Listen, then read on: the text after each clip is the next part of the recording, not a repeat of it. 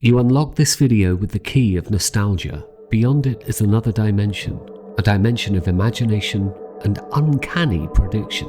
Decades before the internet, artificial intelligence and social media, Rod Serling's The Twilight Zone saw it all coming. These stories weren't just science fiction, they were warnings, reflections of a world we were destined to create. Join me as we step back into the Twilight Zone and count down 10 episodes that predicted the future. The Obsolete Man. In a totalitarian future, books are banned, individuality is a crime, and a librarian, played by Burgess Meredith, is sentenced to death for being obsolete. When Serling wrote this, the Cold War was in full swing. Censorship and conformity were global fears, but The Obsolete Man goes further. It predicts a future where words themselves lose their power, and people are silenced, not by dictators, but by the disappearance of truth. Sound familiar? In the age of online outrage, banned books, and shifting definitions of what's acceptable, Serling's warnings ring louder than ever. The Brain Center at Whipple's.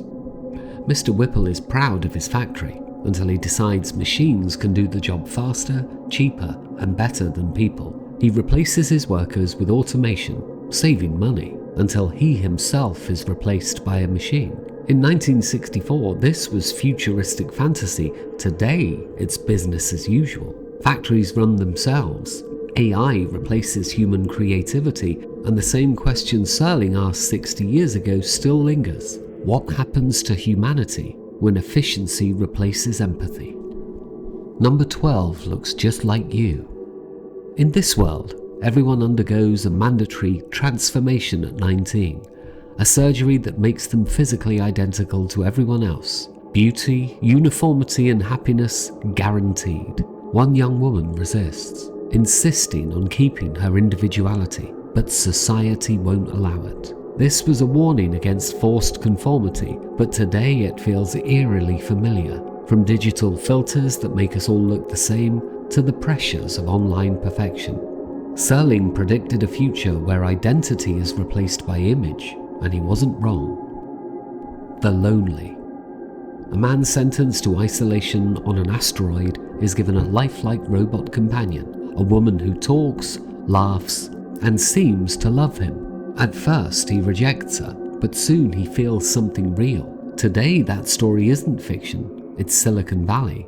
AI chatbots, virtual partners, even robot companions for the elderly, all built to mimic love. Serling's question still haunts us. Can something artificial truly love us back, or are we just programming ourselves to feel less alone? The Monster's Adieu on Maple Street. A peaceful, suburban street descends into chaos after a mysterious power outage. Suspicion spreads like wildfire. Neighbors turn on neighbors, fear replaces reason. In the end, the real monsters aren't aliens, they're the humans who destroy themselves through paranoia. Serling's moral was timeless, but the prophecy is modern.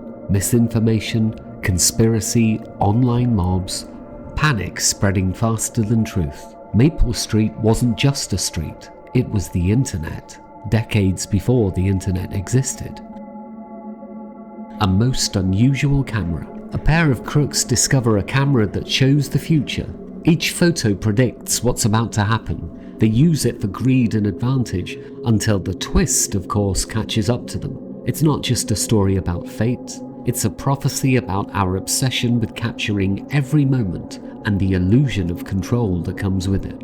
Today, our phones are the most unusual cameras of all, showing us endless futures through likes, followers, and predictions of what we'll do next. The Old Man in the Cave. After a nuclear war, a small community survives by following the advice of the Old Man in the Cave. He tells them what food to eat, what's dangerous, what is safe, and how to survive. But when outsiders arrive, they demand proof, and they destroy the old man. Only then do they discover he wasn't human at all. He was a...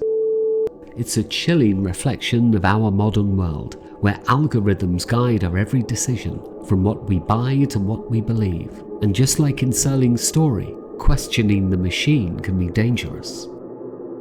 to serve man. When the Canamids arrive from outer space, they promise peace, prosperity, and a better world. They bring technology that ends hunger and war, but when their mysterious book is finally translated, humanity learns the truth. To serve man is... It's one of the most iconic twists in television history, and a perfect metaphor for blind trust in powerful systems. Technology may serve us until the day it decides we're the main course. The Little People. Two astronauts land on a distant planet and discover a race of tiny people. One of them decides he's their god. He forces them to worship him until something bigger arrives to remind him of his own insignificance. It's a lesson about ego, power, and perspective, but it also predicts something eerily modern: the social media complex. Online, we build our own miniature worlds, filled with followers who adore us until the illusion collapses. Serling saw the dangers of godhood long before the age of influencers. Time enough at last. Henry Bemis only wanted one thing: time to read. But when a nuclear apocalypse wipes out humanity, he finally gets his wish. Surrounded by books, alone in a ruined world, he declares, "There's time now, time enough at last." Then.